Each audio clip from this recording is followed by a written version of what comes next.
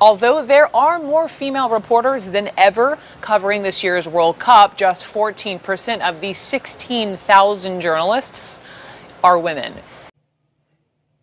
It has nothing to do with discrimination.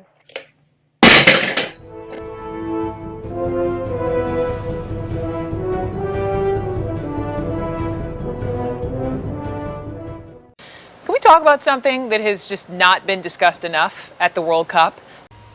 Wamen. It's Wamen, right?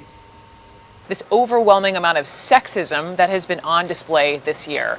Multiple incidents involving female reporters.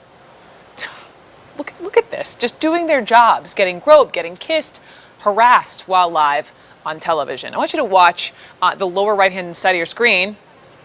This Colombian journalist, in the middle of a report, man grabs her breast. Alright, so I get it's not okay to grab or kiss someone against their will, but is that not the most unfavorable interpretation of that exchange? I would say he grabbed her to kiss her and his hand ended up somewhere it shouldn't have. And kisses her cheek. Another video shows a Brazilian reporter getting accosted while on air.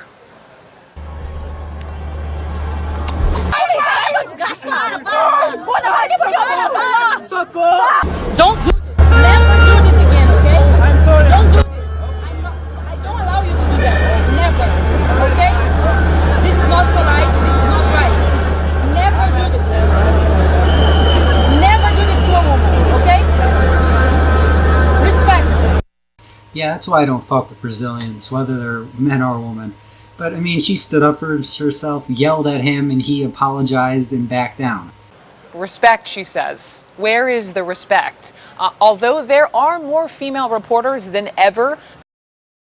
Oh, here it comes. Covering this year's World Cup, just 14% of the 16,000 journalists are women. Now why might that be? Why might it be that there are far fewer female sports journalists than male sports journalists? Could it be that women aren't really that interested in sports? Could it be that they don't want to spend their lives studying to do a job they don't really have any interest in? No, it must be sexism. Yeah. Shame. And it doesn't stop there. Listen to this. Burger King Russia is now apologizing after one of its ads offered Russian women the chance to win $47,000 and free Whoppers for life, wait for it, if one of the World Cup players got them pregnant.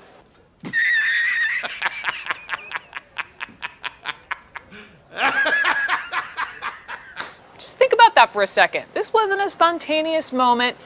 An entire company approved that ad campaign. It is 2018. Oh, current year. Yep, you got me beat there.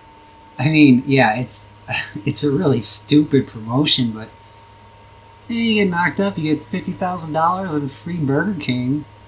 I mean, what are they going to do, a DNA test to make sure you're not lying? Come on. I'd scam the shit out of that. What's going on? CNN sports analyst and USA Today sports columnist Christine Brennan is with me now, and it's like, what part of this is okay? Well, I mean, stealing a kiss is a pretty shitty thing to do. The ad it's kind of funny. I mean, have a sense of humor. Jesus Christ, these people. Can't look at that dumb expression on her face. None, Brooke, absolutely none. It is 2018, as you said. I think what this shows us loud and clear is that soccer is seen as a men's game. The sexism in soccer is extraordinary. It's been there for decades. It's still on display. It's like the guys, this is our turf and get out. Evidence, please. I know in America, women's soccer has traditionally been the bigger draw, so I'm going to need some evidence, that's what I'm saying. And that's horrendous and unacceptable. And where these sponsors are, especially sponsors from the West, it's extraordinary to me that they don't step up and say enough is enough.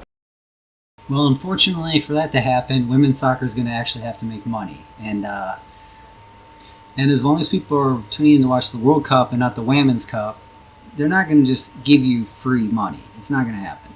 Sponsors aren't really in the business of giving out handouts, you see. For example, in the United States, the U.S., kudos to the U.S. Soccer Federation, the men's national team is called the men's national team. That adjective, that pesky adjective, men's, is affixed to the U.S. men's national team to differentiate from the incredibly successful women's national team. Not sure if sexist. Is it less sexist to differentiate them or to just treat them both as like the soccer league, no descriptors? I'm not really sure on the most recent theories on this. But most nations around the world, Brooke, would laugh at the U.S. for doing that. How about you talk to someone from these other nations instead of talking to a reporter with an obvious agenda who's just going to tell you what other nations are going to say? Kind of bolster your claims of being journalists, but we know those are lies, so here we are. For saying men's, as if Because it should just be the team, the national team. Right, because soccer and the soccer team would then, of course, you don't even need it because, of course, that's the men's team. That has been going on for generations, and obviously we're trying to pull them into the 21st century, but they're obviously resisting at this point. Well, we can't have them resist. That would be a bad thing, right? We got to drag them kicking and screaming where we want them, huh? I wonder if this social justice movement ever listens to how authoritarian they sound. Okay, you know what you do? You buy yourself a tape recorder, you just record yourself for a whole day. I think you're going to be surprised at some of your phrasing. Now, I want to be fair to Min too, because this whole, getting kissed while on air actually has happened several times to our Matthew Chance, he's actually been tweeting about it. Men are, targets as well. So, men and women are targets. That sounds kind of like equality to me. Nobody should get kissed or groped against their will. I agree. But it's hard to spin it as sexism when both sexes are being kissed and groped against their will. Are you following me here? Anybody following me here? Absolutely, and if we're talking about this one way, we have to be, of course, discussing the other. That is also unacceptable. The difference is, of course, that women have been with Me Too and everything else. We know, we don't have to go any further. We know what's going on there. Yeah, we don't have to go any further. It's just an accepted fact that women have it worse. Where have we reached that it's like, I could provide you evidence for this claim, but, Me Too, blah, blah, women have it worse. Move along. But it should be unacceptable, and I think what we're talking about here is a lot of drunk people, a lot of fans who are drinking and Let's just cut right through the chase. Right, They're and drunk. so they're.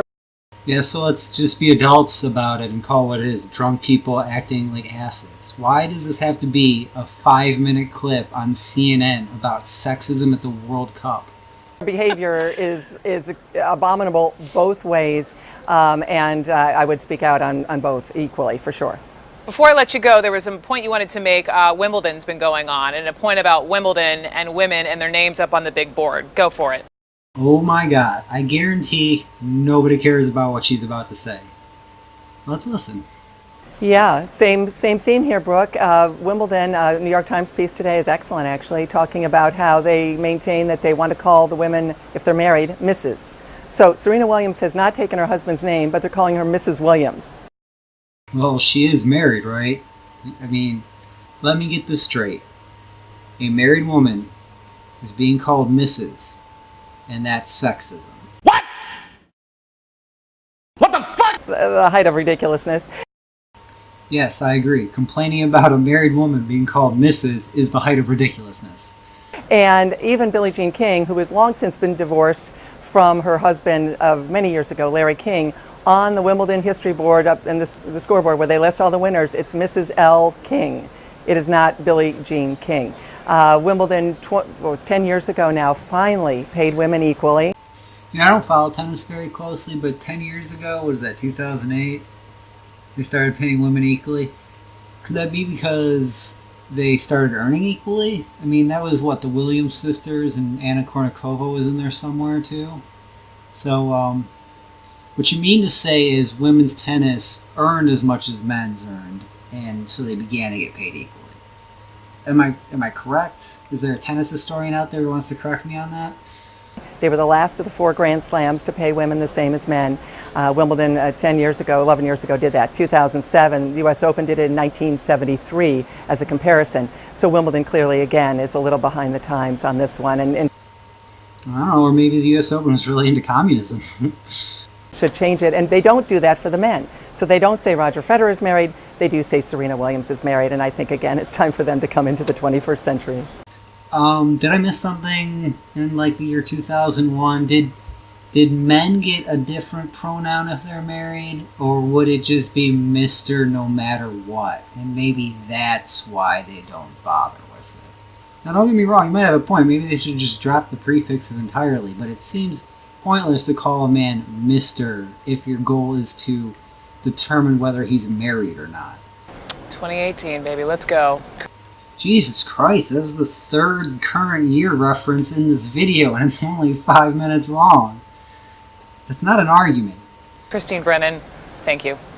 Man, that was, I don't know if cancerous is the right term. I might call it mind-numbingly stupid, considering they opened with clips of reporters being kissed against their will. And then, oh yeah, by the way, it happens to men too. Sexism, because it happens to everybody. They're drunk people. You get it? You see how this works? Drunk people celebrating, they get a little handsy, they might kiss you. Doesn't make it acceptable, but, I mean, come on, really? CNN, this is the best you got? Can't die fast enough. We are the Republic's walls. Come and take it.